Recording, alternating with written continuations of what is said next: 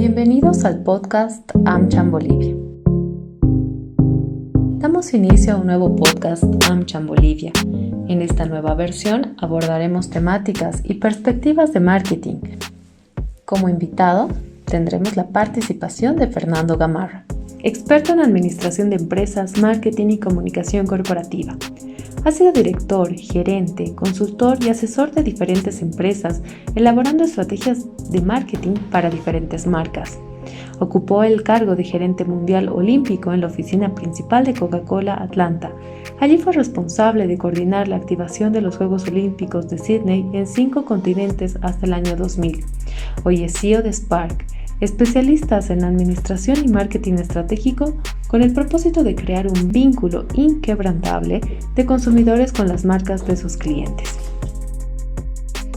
Su interés por valores humanos, la bioenergía y el alto rendimiento nace como deportista olímpico representando a Bolivia en Los Ángeles y Barcelona, y su aprendizaje respecto a la creatividad y memoria sensorial en la Academia de Lee Strasberg en Nueva York. Hoy, Fernando es gerente de estrategia de Ellava, empresa americana de e-commerce y distribución logística de pronta apertura en Bolivia.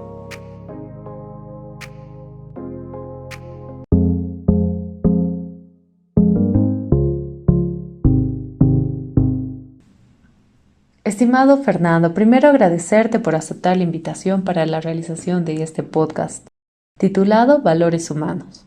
Bienvenido. Bueno, muchas gracias, AmCham. Justamente tener la oportunidad de hablar de un tema que estoy bastante inmerso porque trabajando en un libro ya hace bastante tiempo, que siempre va cambiando. No es fácil terminar un libro, y un libro que cubre diversas disciplinas. Y fundamentalmente, como marketero que soy ya por hace más de 20 y pico años trabajando en el área de marketing, en estrategias específicamente, con empresas tanto en Bolivia como en Estados Unidos, fui encontrando a través de diversas experiencias la oportunidad de llegar con unas alternativas muy interesantes de metodologías, de procesos, de frameworks de trabajo para gerentes de marca, gerentes de marketing y personas interesadas en el marketing para ir adelante. Es así que he ido combinando experiencias en varias diferentes disciplinas. Se podría decir que de alguna manera siempre y por mi pasión por el marketing siempre encontraba la ruta hacia el marketing. O sea, esta experiencia, ¿qué representa, qué significa en términos de marketing? Y brevemente voy a explicarles un poco cómo se va desarrollando esto, para hablar en estos 3 podcasts específicamente. El podcast 1 lo vamos a hacer de valores humanos, el segundo es cambiando hábitos, y el tercero construyendo conectomas. Acá hablando en primera instancia de los valores humanos, algo fundamental, digamos, del trabajo era entender por qué compran los consumidores, por qué compran los clientes. Y es una pregunta que evidentemente se la hacen todos los días los marketeros, y esa era de alguna manera mi búsqueda. Esta búsqueda se logró mucho más profunda cuando inicié mi trabajo en Coca-Cola hace ya muchos años. O sea, eso fue el año 95, y desde entonces he estado en esa búsqueda permanente para ir vinculando ciertos elementos para entender cómo funciona la mente humana. Y para sorpresa mía, lo que he encontrado ya en los últimos años, ya después de la década del cerebro, de la mente, los avances digitales y demás, es que resulta que somos cuerpos que comunican en diferentes niveles, no solamente a través de la mente, sino a través de todo nuestro sistema nervioso. Creo que no le hemos dado el suficiente crédito a nuestro sistema nervioso para entender que todo lo que captamos, todo lo que recibimos de mensajes del exterior, luego se traducen internamente en nuestra mente, por supuesto, como imágenes, y esas imágenes a su vez son procesadas, son internalizadas, algunas van a memoria de corto plazo, aquellas que nos interesan de mayor manera van a la memoria de largo plazo, y de esa manera se va construyendo un valor de marca. Y fundamentalmente el entender que hay un cambio muy importante, digamos, en esto de los cambios que se van produciendo dentro de lo que el uso de los sentidos, de las emociones, de los sentimientos y de los hábitos, fundamentalmente. Entonces, si entendemos cómo funcionan estos, cómo están estrechamente interlazados y a través de eh, ciertas matrices, digamos, que he construido, digamos, en base a estudios científicos y ya realizados en diferentes disciplinas, vamos a poder llevar, digamos, de la mano a un gerente de marketing o de marca para encontrar el camino a esta solución que todos anhelan, entender qué es lo que desea el cliente y cómo podemos satisfacer esa necesidad. Muchas gracias por toda esta información. Vamos a empezar con la ronda de preguntas. ¿Dónde nace esta pasión por entender al ser humano? Bueno, esto, como les decía hace un momento, nace hace muchos años en realidad, porque hice empresa con IBM durante 10 años aquí en Bolivia como dealer de valor agregado. Así que ahí nació una pasión importantísima por la tecnología, por entender sistemas, procesos.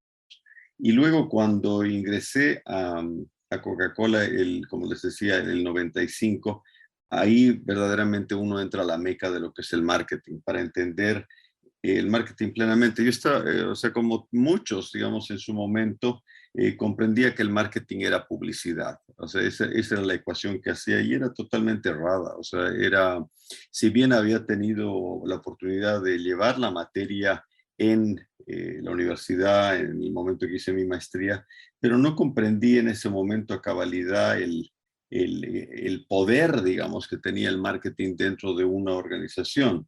Y al final, Peter Drucker, uno de los genios del management, lo resumió muy sencillamente y señaló que habían dos funciones críticas en cualquier empresa. Una es el marketing y dos, la innovación. Todos los demás son costos. Es decir, que la parte operativa, la parte financiera, la parte de administración, la parte de recursos humanos, o sea, todos son costos importantes, por cierto, pero que entran dentro de una ecuación. Pero fundamentalmente el futuro de una empresa y de las marcas en particular se asegura recién el momento que se entiende que tenemos un servicio que brindar, una atención que brindar, un problema a resolver en nuestros consumidores, en nuestros clientes. Sin clientes no hay ventas y sin ventas no hay negocio. Entonces, ahí va, digamos, la profundidad del mensaje que daba Peter Drucker y que evidentemente esto se ha ido profundizando mucho más, digamos, en las décadas de la importancia del marketing y cada vez se entiende mucho más, aquí en Bolivia particularmente, digamos, cuál es el rol que debe jugar y salir de esa noción que solamente es hablar de publicidad.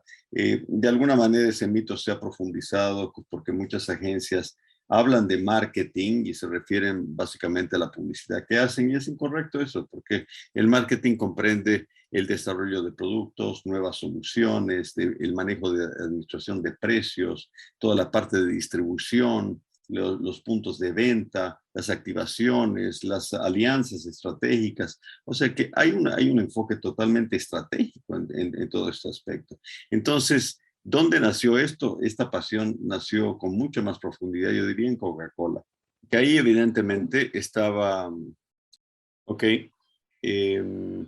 decía que nació, esta pasión, como decía, nació en Coca-Cola, estaba mencionando fundamentalmente en ese enfoque en el cliente y que las soluciones pasan por un análisis integral de toda conexión, de todo punto de contacto con el cliente, cualquiera este sea. Y este pasa desde el logo hasta el consumo propio de la bebida, las experiencias que podríamos tener con la marca en Navidad o que podríamos tener viendo un partido de fútbol. Entonces, imagínese el abanico, digamos, de oportunidades que se abren. Y ahí me di cuenta, ya trabajando en los Juegos Olímpicos de Sydney el año 2000, trabajando muy de cerca con el equipo estratégico de marca de Coca-Cola para ese evento, que había otros componentes importantísimos. O sea, y fundamentalmente en ese momento veíamos la parte de emociones, veíamos la parte de sentimiento, bajo una óptica de análisis muy profesional de cómo ir adelante con el proceso de llegar con una buena solución la mejor solución, no una buena, la mejor solución para los Juegos Olímpicos. Y ahí empezaron a surgir diferentes elementos que ya se los había testeado en algún momento, pero respecto a los sentidos. Pero sobre eso voy a profundizar luego de esto. Pero te diría que nace ahí y en esa pasión por encontrar lo que quiere el cliente. Y ahí, en esa investigación, en ese análisis, en esos estudios profundos que se hicieron a nivel global, es entender que somos tan parecidos todos los seres humanos, hay pequeñas cosas que nos diferencian, pero que al final son 7 categorías en realidad que en el fondo nosotros buscamos para ser felices y que de alguna u otra manera cada uno de nosotros, dadas nuestras culturas o creencias religiosas o los valores fundamentalmente que tengamos, las buscamos, las perseguimos, las anhelamos y las identificamos como necesidades en nuestras vidas para progresar, para ir adelante, para ser mejores personas. Eso en la mayoría de la gente. ¿Qué diferencia lo que usted plantea de lo ya existente? Bueno, la gran diferencia, el gran quiebre que veo que se produce a partir del año, diría, del año 2000 hasta la fecha, diría que se produce un gran quiebre porque hay eh, yo diría que la mayoría de los marqueteros se vuelcan con esto del milenio, el cambio de actitud, el cambio de ver las cosas de una manera diferente, es de ver de no ver perdón, de no ver que no pasaba por ver los valores de una empresa, de una marca. O sea, el enfoque que se dio en un principio, a principios de este siglo, fundamentalmente era qué valores comunica la marca, qué valores comunica la empresa, cómo nos ven afuera, qué estamos haciendo en términos de responsabilidad social, qué valores transmite nuestro producto o servicio y que sea afín a lo que busca nuestro consumidor y con la creencia de que a través de esos valores que nosotros comunicábamos era como nos convertíamos en su amiguito, digamos, en su amigo para compartir ciertas creencias, ciertos valores. Y al final del día la realidad es que la gente elige porque quiere lo que quiere. No, no. O sea, pueden apreciar que una empresa haga esfuerzos en diferentes caminos, en diferentes rutas, pero al final del día levanto el producto del anaquel y lo hago por otras razones, no necesariamente por esas. Puede ser que haga una prueba del producto por llegar, por apreciar el esfuerzo que hacen para ir en esta dirección, pero no es la razón fundamental y final. Y muchos de los principales marqueteros a nivel global seguían hablando en esta dirección. Hoy los sigo escuchando, digamos, o sea, que hablan de las marcas y los valores que transmite, de alguna manera aparearlos a lo que quieren las personas, o sea, ya se habla de personas a nivel digital, o sea, cómo esos valores mi marca tiene que también reflejarlos, entonces se va a acercar más a la marca. Y veo que se ha ido en una dirección correcta. Aquí el gran cambio que estoy planteando con lo que denomino coring, que viene de una palabra compuesta de core marketing, o sea, un mercadeo a la esencia de las personas, al centro de las personas. ¿Y a qué me refiero con esto? Fundamentalmente que el coring lo que contempla es entender los más altos valores que pueda tener un individuo y cómo esos altos valores que cada persona procura respetar y vivir de acuerdo a ellos, muchas veces no lo hacemos y nos dejamos llevar por otras circunstancias que se convierten de alguna manera en contravalores o permitimos que el ego también influya, digamos, en no ser fieles a esos mejores valores que podemos tener como seres humanos, pero en la mayoría seguimos en esa búsqueda, en esa lucha para buscar ese camino. Eh, es que las marcas hoy se conviertan en ese mecanismo, en esa alternativa, para que al brindar una solución es el de asistir a los consumidores a vivir una vida en congruencia con sus valores. O sea, cuando digo sus valores, pues como consumidor.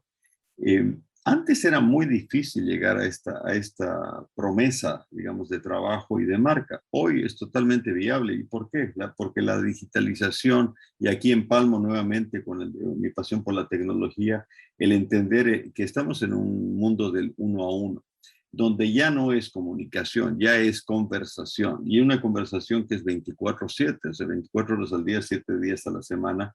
Y ahí va el mundo en términos de aquellas marcas que estén verdaderamente comprometidas con sus consumidores, es el entender los valores que tienen estos individuos, idealmente tratar de llegar, porque obviamente imagínense campañas individualizadas, se puede hacer hasta cierto punto, pero ya más amplias, de más amplio espectro, se pueden agarrar grupos de personas que tengan afinidad o compartan ciertos valores y puedes llegar muy efectivamente y pueden ser de diferentes edades, pueden ser de diferentes países, pero si comparten ese valor o ese valor en particular es importante para ellas o ellos, puede ser compartido. Les doy un ejemplo, el tema de seguridad. Por ejemplo, eso es muy común, es una de las categorías básicas, digamos, que revisamos, que todos queremos tener techo, comida, agua, vestimenta, educación, salud, por mencionar a los principales.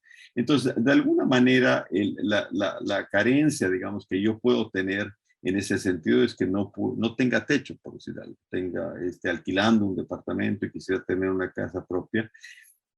Ahí es entender, o sea, y muchas veces tratamos de encontrar en el Estado la solución. Yo soy totalmente ajeno a esa política, me considero un creador en la libre iniciativa, creo en una economía de mercado, creo en el poder del individuo para resolver problemas. Y creo que en el mercado, si hay una falencia, digamos, para la provisión, en este caso de vivienda, no es necesariamente el Estado el que debe asumir ese rol. No creo en eso, porque las casas van a estar mal hechas, van a ser sujetas a corrupción, van a tener prebendalismos respecto a su construcción, a favoritismos, o puede ser que sea un gobierno benigno, un dictador totalmente benigno que no existe y que, bueno, de las casas y demás.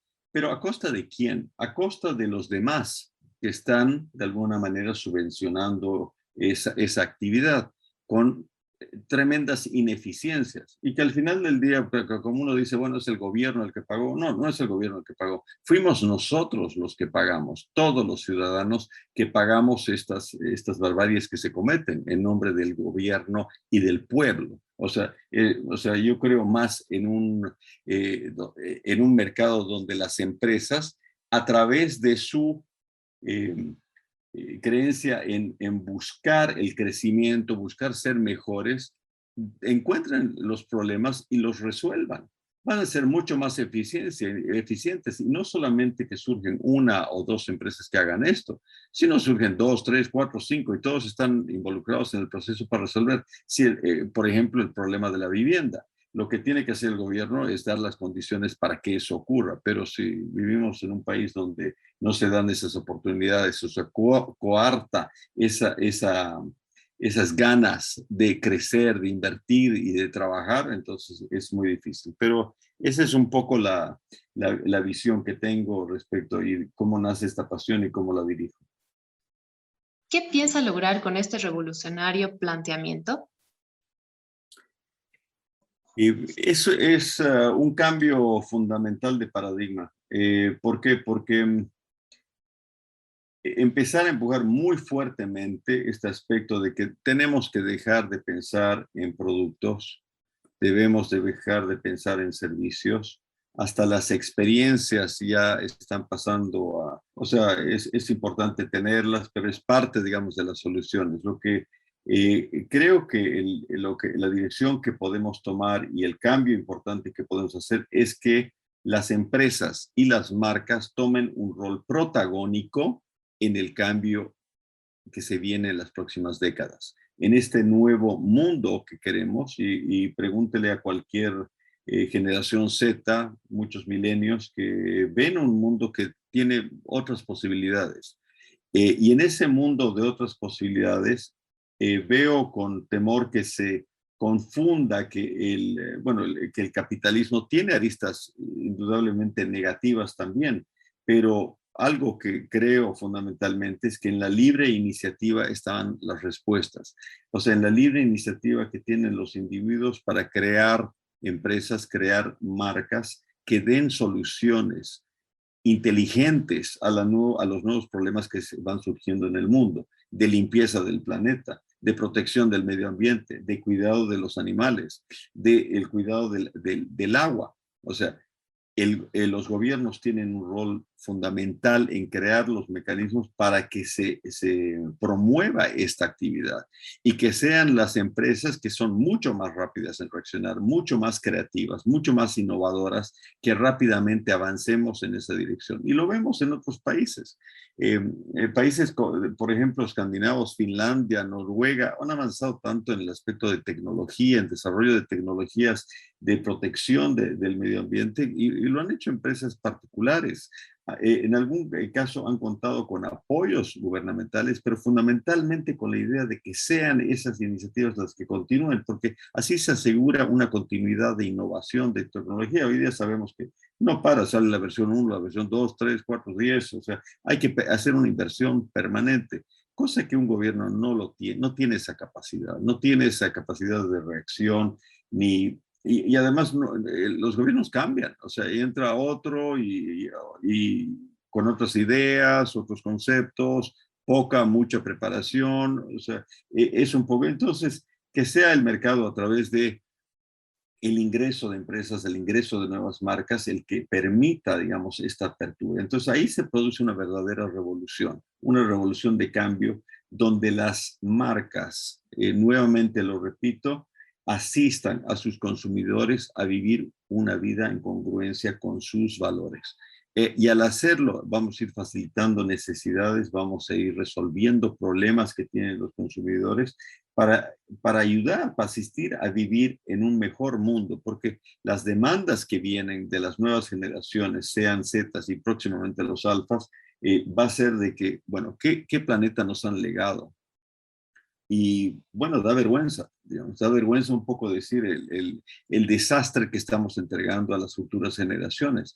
Y si no lo vemos ahora, realmente somos muy ignorantes o no queremos ver el problema, o sea, no tenemos la capacidad de verlo. Pero veo calles sucias, veo gente que sigue tirando papeles en la calle, veo que se sigue tirando bolsas de plástico, ensuciando el agua, contaminando los ríos, haciendo explotación en diferentes ámbitos, digamos, que envenenan las aguas los acuíferos de nuestro país.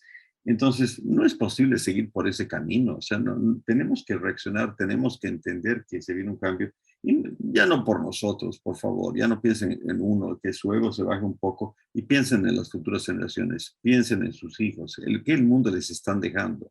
Y ahí creo que podemos reaccionar un poquito mejor y reaccionar en el trabajo que hacemos como marcas, como empresas. ¿Qué estoy haciendo para crear un mejor planeta? ¿Qué estoy haciendo yo como empresario, como gerente de una marca para asistir a mis consumidores a vivir de una manera mejor, en congruencia con esos valores, que es de cuidado de la salud, del medio ambiente, de protección, de seguridad, brindándoles, porque es parte de la ecuación y tenemos una gran responsabilidad. Esa es la revolución que hablo. Se dice que somos animales de hábito. ¿Cómo cambian los hábitos? Y seguramente esto va muy ligado también a las empresas. ¿Qué nos dice a partir de esto?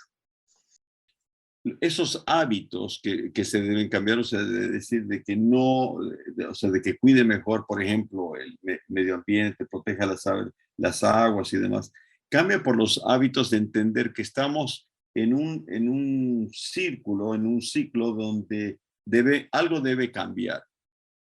Y ese algo que debe cambiar son las rutinas que nosotros tenemos establecidas para un mejor desenvolvimiento. Vamos a un tema en particular, es el respeto al consumidor, por ejemplo. Ayer hablaba justamente a raíz de toda la problemática que ha surgido aquí con una empresa, justamente del tema del respeto al consumidor. Y no pasa por un mero servicio al cliente, digamos, de atenderlo con un buenos días, si es que se da, porque en muchos casos ni te dicen buenos días, digamos, cuando te acercas a un cliente, sino cambiar el hábito de entender que los funcionarios de una empresa, que los empleados de una empresa deben ser perfectamente capacitados para entender el negocio, cómo funciona, los productos, los servicios, absolutamente todo. Vemos tan poca preparación, o sea, uno pregúntele a un mozo algo, o algún asistente, alguien de servicio, si sabe un poco más allá de las funciones que tiene, y es muy raro encontrar una persona que tenga todas las respuestas, o sea, o por lo menos sepa dónde encontrarlas, porque nadie es perfecto de saber absolutamente todo, pero por lo menos tener la iniciativa de decir, espéreme un minuto, voy a averiguar, y enseguida retorno. O sea, tener esa inteligencia para darse cuenta que no sabe lo que debe saber y que, bueno, y que esa vez lo va a aprender y ya va a saber la respuesta para una futura ocasión. Entonces, ese hábito de maltrato, yo diría casi es un maltrato al cliente, eh, debe ser cortado y debe ser cambiado. Y debe ser cambiado por procesos que verdaderamente fomenten, premien, alienten a los empleados de una empresa a tener ciertos hábitos de comportamiento favorables a para la generación de una buena percepción de la empresa y de la marca. No hay que ser un genio para saber que uno va y retorna a los lugares a comprar o busca las marcas que lo han tratado bien, porque todos queremos replicar esa oportunidad, esa experiencia que podemos haber tenido con un producto, un servicio, con una buena atención, un buen café, un buen trato, un buen saludo. O sea, inclusive no hay que, muchas veces decir, ¿por qué bueno? Si es porque es tan sencillo, tan limpio, tan agradable que da ganas de volver.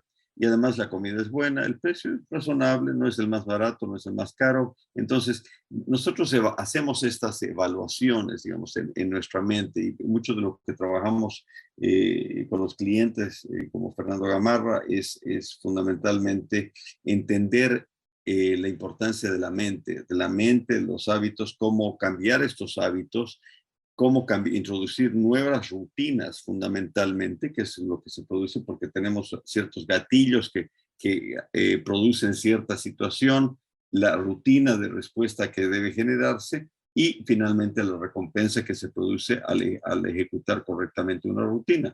Es re fácil, son 3 puntos aquí que estamos hablando, pero hay ciertos elementos a introducir, fundamentalmente que se tenga clara cuáles pueden ser esos gatillos que se pueden generar. Claro, es fácil decir cuando alguien entra y dice, bueno, ¿cuánto cuesta su auto? Digamos, o sea, y la respuesta viene de cajón. Pero si alguien viene y dice, su auto realmente no me convence, o sea, a ver, no me convence. O sea, está una persona capacitada para entender entender qué conversación debe tener con esa persona para hacerlo cambiar de opinión, si verdaderamente el vehículo que ofrece ese vendedor en particular es superior.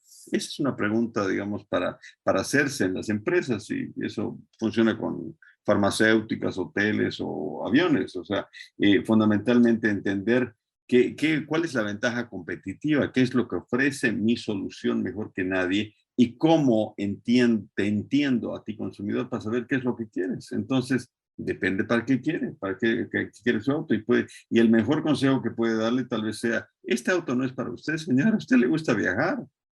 Piense más bien un 4x4, mucho, pero es mucho más caro, ¿no? Veamos qué solución le damos, veamos una alternativa y se trabaja, digamos, bajo esa óptica.